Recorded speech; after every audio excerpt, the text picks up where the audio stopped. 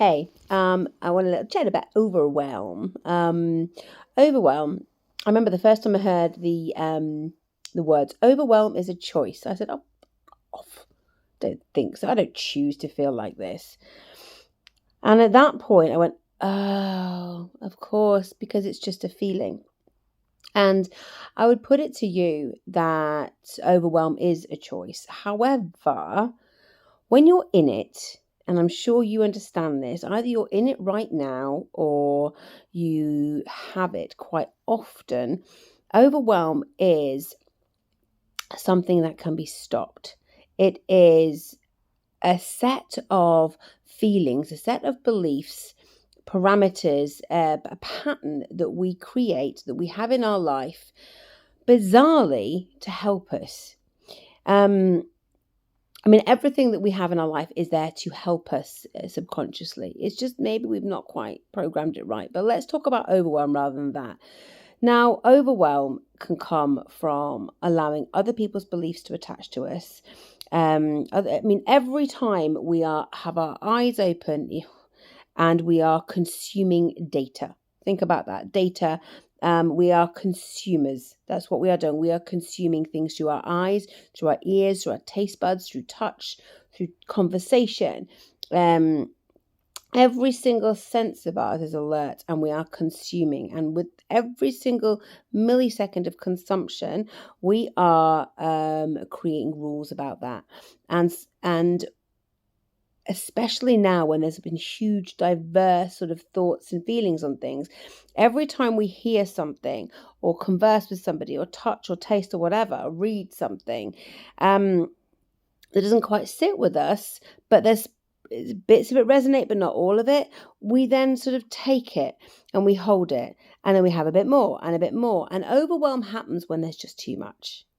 Overwhelm happens when we allow ourselves to could try and consume everything when either it's not meant to be for us, it doesn't fit us, it's not what we actually believe. So we've got cognitive dissonance there. So we've got what we actually feel and what we're doing. So we can actually say, well, actually, this is what I believe, but because of this belief that I'm taking that isn't mine, I'm going to do this. And it goes against everything that we are.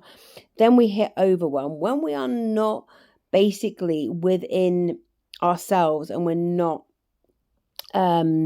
behaving and doing things that are true to us. Overwhelm can take a point, it can come in, and then overwhelm becomes a tactic for your subconscious. It becomes, that looks scary, overwhelm. I don't want to feel this thing, overwhelm. And so overwhelm then becomes what your subconscious will divert to because other things are uncomfortable. Now, this is another example of a pattern that you can break. Now, I am all about the logical woo-woo. I am all about looking at something practically from the woo-woo angle and solving a problem. I solve the problem of repeating patterns in your world. And if you are subject to overwhelm, then I can absolutely show you how to shift out of that. Basically, the question isn't, can she help me? Do you want to be helped? Do you want to stop the overwhelm, to have that bit of discomfort, but to change your life differently? Because although overwhelm is hard, it is comfortable and it's what you know. And how much you prepared to come away from overwhelm and actually live life calmly, live life in control, but actually take control. These are questions I would ask you because people who come to work with me need to take unadulterated responsibility for their own actions and for their own moving forward. That is an absolute given. That has to be the case. So if there's any part of you that wants to show up and stay in victimhood, that is not going to get you anywhere. That is where like dreams go to die. That is where this doesn't work. You've got to show up and hold the line, and I will support you.